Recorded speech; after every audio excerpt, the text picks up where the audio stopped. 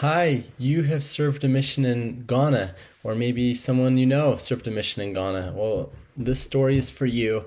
I'll keep it short. I've never really done a video like this before, but I'll add in some photos and stuff to make it a little bit more entertaining for you. And then I have an idea that I want to share with you that how we can make a big difference in Ghana, like it has in my life and in your life, I'm sure. I was going to Utah State. This was a while back, 9, 10 years ago, when I found myself spinning my wheels. I felt like I was putting a lot of effort and time and money into my academics, my school, but I was no closer to finding a degree that I really liked. And I was doing the same thing in the dating scene. I felt like I was going on at least 1 or 2 dates a week, but felt no closer to finding, a girl that I wanted to marry, despite, dating plenty of cool girls. So this was a little bit discouraging, this indecision and lack of success in dating, and it led me to my knees each night. And this would just be my God time that I would think, I would read out of the Book of Mormon, I would pray. And I did this for, I don't know, 15 or 30 minutes every night. It just became a ritual. And after a couple months of doing this, I had the words came really clearly into my mind one night. And it said, drop out of school and go to Africa. And so I immediately dismissed this thought. I wasn't really the traveling type.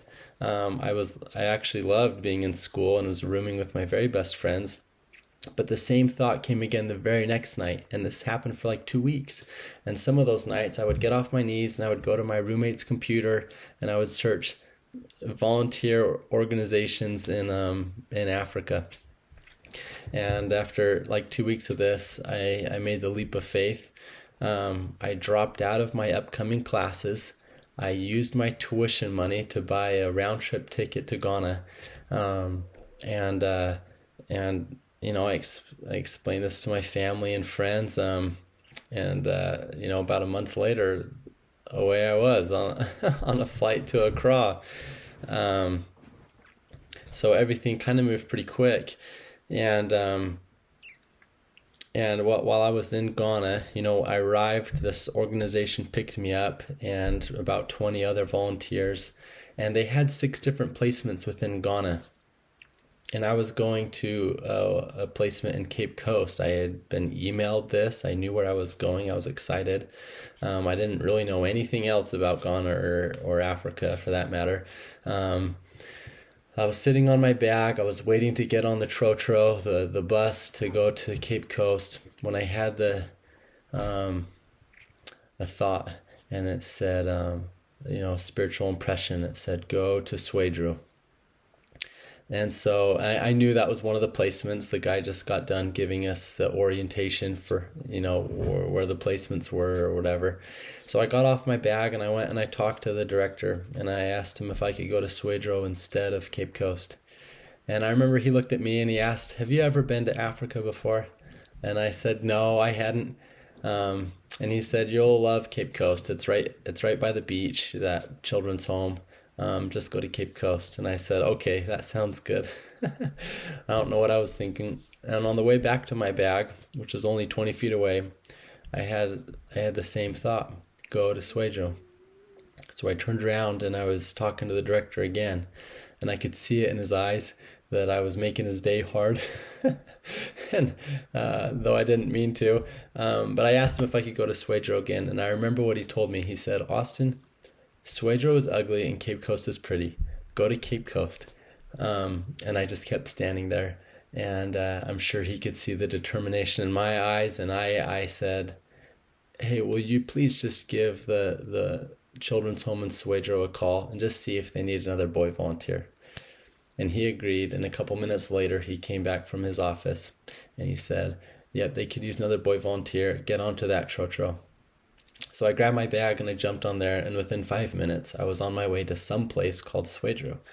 And that night, I got settled in. I put my bags down, got acquainted with some of the other volunteers and children there.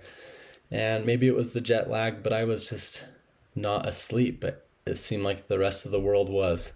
It was quiet. I was looking up at the stars. It was like 1,000 degrees. There are plenty of mosquitoes trying to eat me. And I had the thought, my friends are attending their first week of classes. And I ran away from it all. I ran away from dating. I ran away from my indecision and my education. And I spent all my money to come here to Ghana. And I just was beating myself up. And I remember going to bed that night just with like a really heavy heart, feeling like I made the wrong choice. And the next day, I think early afternoon, a taxi arrived with a couple more volunteers, and one of them caught my eye immediately. Not because I knew her, but she just had so much life in her eyes and big old smile, and she was this cute girl from Idaho. Of course, I helped her with her bags, but we became the best of friends serving at that children's home that month. And by the time I left, I knew exactly why I'd gone to Ghana, even though I didn't share that with her because I didn't want to scare her off. But we dated that next year. And when we got back from Africa, and we got married in the Manti Temple like a year after meeting. And it's been awesome. We've been married 8 or 9 years, going on 9. But that's not the end of the story. In fact, it's just the beginning of a new story. While Ariane and I were there in Ghana the first time, her parents were looking to adopt. She had told them about a set of twins that were there at the children's home. And so after I had left Africa, her parents came out and started the adoption process of these 2 twins. While they were in Africa, they felt called. They felt spiritually impressed to help the children in Ghana. They could see some of the kids in the taxi parks and at these children's homes, and they felt like we can make a difference here. And we know plenty of friends and generous people back at home who would like to, make a difference in the world. So they started Ghana Make a Difference. You've probably heard about this. Plenty of missionaries, spend their P days there at the children's home playing soccer and everything. It's common for me to see this going on when I arrive at the GMAD children's home, which we're grateful for. So anyway, her parents started this organization, and Ariane and I wanted to continue to support her parents, and so we made it a point to save our money and try to go over and volunteer there, about once a year. And this was awesome, and it became a cool theme of our marriage. And it was fun to have this sideline view of all the good that was going on in Ghana. And a couple of years went by, and I found myself in the construction industry, and I was in a great job. I had like 60 subordinates that I had hired and worked with, and I had an awesome boss, and I just felt like the sky was the limit for me. And one day I was in my office, and I had the spiritual impression, very familiar to the one I had heard years ago in my apartment at Utah State. And it said, "Austin, you need to help your in-laws in Ghana." And so that night I started looking up, master's programs in nonprofit work. And I found one, and I wound up going to Notre Dame. And the day I graduated, I got hired by my in-laws as the only domestic employee of Ghana Make a Difference. And this last 2 years, it's been a thrill and a blessing and humbling to once again see up close all the good work that's going on in Ghana. Well, I have a couple takeaways from that story. And then I'll share this idea, this thing that's happening over there, that we need your help with. But a couple takeaways. One, if you're if you are just being the best person you can be, in our own capacity, you're keeping commandments, you're trying to do what God wants you to do, don't beat yourself up. Just keep going. Everyone's rooting for you. God's rooting for you. You just keep going. 2, if you're unsure about, what's going on in life, I encourage you to serve, whether that's in Ghana again, or your mother or your neighbor or whoever. There's a certain clarity that comes with service that I've noticed. It's amazing, as Ariane and I would go and serve in Ghana during those early years especially. I remember coming away from each of those volunteer trips thinking I was the biggest beneficiary of all of that, And right now, for those of you who don't know about Gonna Make a Difference, we take care of 3 different types of kids. We focus on 3 different types. 1, children who have been rescued off Lake Volta from child trafficking. 2, kids who have been abandoned and they're brought to us through the social welfare department there in Ghana. And 3, kids with special needs. Kids who are unwanted with special needs. They also get brought to our children's home. And for many of them, going to school at Gonna Make a Difference is the first time ever that they've gone to school or held a pencil. And this last year, we had a distinguished architect and his wife volunteer, and they went over to Gonna Make a Difference right before the pandemic broke out.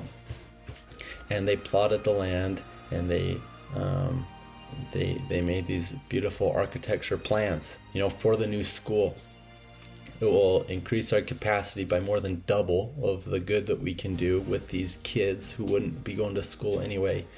In fact, plans are already underway for us to buy another bus, a Trotro, and its only purpose is to go around and pick up children that have special needs and bring them to our home for school each day. And they'll get 2 meals and uniform and everything. Also, at night, the school will double as a vocational school, and it'll give education and trades to single parents, to some of the older children in our home. So it'll just do an amazing amount of good. And frankly, I don't know a better way to make a difference in Ghana than this school. But I need your help. We only have 1/3 of it funded, and I would love you to be a part of this. And I would take pleasure in keeping you updated and everything else. So I'll put a link in this video so you can go and you can learn more about it. And I would like to invite you to share about this school. It doesn't have to be this video. To share about this school with 2 or 3 of your family or friends, because this is a Hail Mary pass. We need a miracle. So, and I know that this is the crowd to ask for those miracles. So anyway, thank you for your faith, for your service in Ghana already. And thank you for giving me the last 12, 13 minutes of your time. I appreciate it. God bless. I hope our paths cross soon.